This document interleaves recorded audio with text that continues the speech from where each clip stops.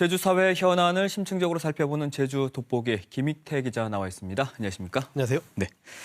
자, 지난 시간 두 차례에 걸쳐서 대선과 또 지방선거를 분석해 봤는데 오늘은 윤석열 당선인의 제주 핵심 공약으로 다시 주목받고 있는 제주 제2공항 문제를 좀 심층적으로 분석해 볼까요? 네, 아무래도 그 제주도민이 가장 관심을 두는 대통령 공약이 2공항일 텐데요. 네. 이 문제를 두 차례 나눠서 해설해 드리겠습니다. 오늘은 먼저 당선인 공약인 이 2공항 조속 착공이 가능한지부터 알아보겠습니다. 조속 착공이라고 하면 곧 공사에 들어가느냐, 네. 갈 수 있느냐 이런 문제인데 그럼 제가 이 질문부터 좀 드려볼게요. 이번 대선에서 2공항 이슈가 얼마나 영향을 미쳤다고 보십니까? 아무래도 보다 심층적인 조사가 필요하겠습니다만 그 영향을 주기는 줬겠지만 결정적이지는 않았다. 이렇게 볼 수 있지 않을까 싶습니다. 결정적이는 않았다. 근데 대선 결과를 보면 2공항 예정지와 주변인 성산과 표성 같은 경우에는 그 2공항 조속 착공이라는 공약을 내건 윤석열 당선인이 승리하지 않았습니까? 예, 그렇습니다. 그런데 그 43개 읍면동 가운데 성산, 표선, 대정 딱 세 곳에서 윤석열 당선인이 이겼죠. 그런데 표선에서 보면 그 윤 당선인이 2%포인트 살짝 이기는데 그쳤고요. 성산에서도 윤 당선인과 이 후보 간 표 차이가 12%포인트를 넘기지 못했습니다. 네. 그 1년 전 2공항 여론조사 결과 한번 비교해 볼까요? 그 성산읍 주민을 대상으로 한 여론조사에서 두 여론조사 기관 결과 모두 6대 3 정도로 찬성 여론이 2배 정도 높았죠. 이 대선 결과와 강도의 차이를 느끼실 수 있을 겁니다. 그러니까 2공항 변수가 대선에 영향을 분명히 미쳤겠지만 결정적이지는 않았다. 이렇게 볼 수 있는 대목입니다. 자, 그렇다면 다가오는 지방선거에서 이 2공항 이슈는 얼마나 영향을 미칠까요? 지방선거에선 보다 큰 변수가 되지 않을까 싶은데요. 대선은 그 큰 선거이지 않습니까? 그렇다 보니 유권자들이 2공항 말고도 여러 기준에 의해서 선택하게 마련이죠. 근데 하지만 2공항 이슈는 지난 5, 6년에 걸쳐서 지역사회의 최대 사안이었습니다. 여기에 대통령 당선인이 조속 추진 공약을 내세운 상태라서 새로운 제주도정 책임자의 판단이 중요한 변수로 떠올랐습니다. 2공항에 찬성하는 분이나 반대하는 분이나 이번 지방선거 결과에 관심이 쏠릴 수밖에 없는 그런 상황입니다. 그렇겠네요. 근데 그 얘기는 곧 2공항 조속 착공이 이제 대통령 당선인의 이제 공약임에도 불구하고 바로 착공하기에는 뭐 남아있는 변수가 있다라는 말씀이신가요? 네, 그렇습니다. 대통령 공약이니까 뭐 이제 곧 착공, 뭐 올해 말쯤 뭐 건설 공사에 들어갈 것으로 생각하시는 분들도 있을지 모르겠습니다만 행정 절차부터 그리 간단하지가 않습니다. 공사에 들어가기 위해선 먼저 토지를 사들이거나 수용을 해야겠죠.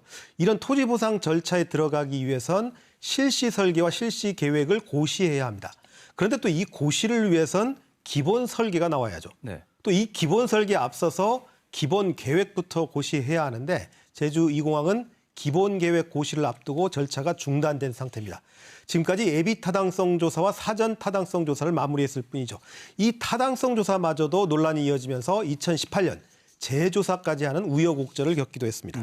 기억이 나네요. 뭐 아주 이례적인 재조사였다라는 평가가 나오기도 했었는데 그런데 지금 기본계획 고시를 앞두고 중단된 상태라고 하셨는데 근데 뉴스에서 지금 계속 나오는 게 전략환경영향평가라는 거거든요. 이건 뭔가요? 기본계획 고시는 법적으로 아주 큰 의미가 있습니다. 관련 계획이 법적인 지위를 확보했다 이렇게 보면 쉽게 이해하실 수 있을 텐데요. 그만큼 중요하기 때문에 환경적인 측면에서 공항을 짓는 입지로 타당한지 확인하기 위해서 전략환경영향평가라는 절차를 환경부와 협의하도록 하고 있습니다. 그런데 이 국토부에서 낸 평가 결과를 환경부가 세 차례나 보완 요구를 하다가 지난해 7월 반려결정을 했죠. 네. 난관에 부딪힌 국토부가 지난해 12월 이 전략환경영향평가를 보완할 수 있는지 가능성을 검토하는 연구 용역을 발주했고 6월 말쯤에 그 결과를 연구진으로부터 받을 예정입니다. 명칭부터 참 복잡한데 보완할 수 있는지 가능성을 검토한다. 이 말이 어떤 뜻인가요? 앞서도 말씀드렸지만 국토부는 환경부 권한인 전략환경영향평가 절차를 통과해야만 기본 계획을 고시할 수 있습니다. 그런데 환경부로부터 반려결정을 받았다면 아마 사업을 접든지 아니면 새로운 입지를 찾는 게 상식적으로 보입니다만 국토부는 추가 연구 용역에 들어갔습니다. 국토부의 과업 지시서를 한번 확인해 봤는데요. 반려 사유를 검토해서 보완이 불가능할 경우엔 그 이유를 제시하고 보완이 가능할 경우엔 보완 방향을 검토하라고 연구진에게 요구했습니다.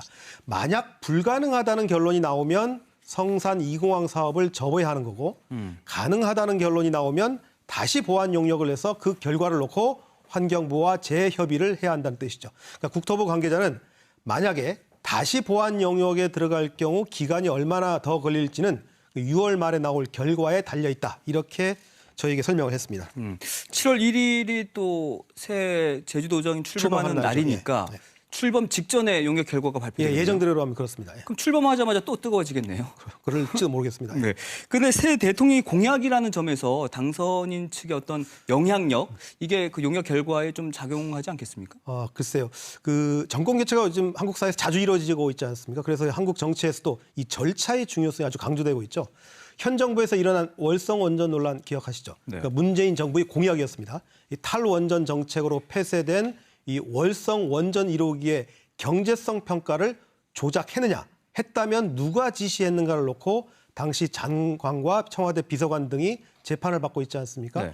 월성 1호기의 경제성이 없어야 한다는 결론을 정해두고 합리적 근거 없이 월성 1호기의 경제성을 낮추는 방향으로 관련 변수를 입력해라. 이런 부당한 요구를 지속적으로 했다는 게 검찰의 기소 이유입니다. 그러니까 재판이 진행 중이라서 아직 진실은 알 수 없습니다만 이 경우를 제주 2공항에 대입해 보면 만약의 경우입니다. 오해하지 네. 마시고요.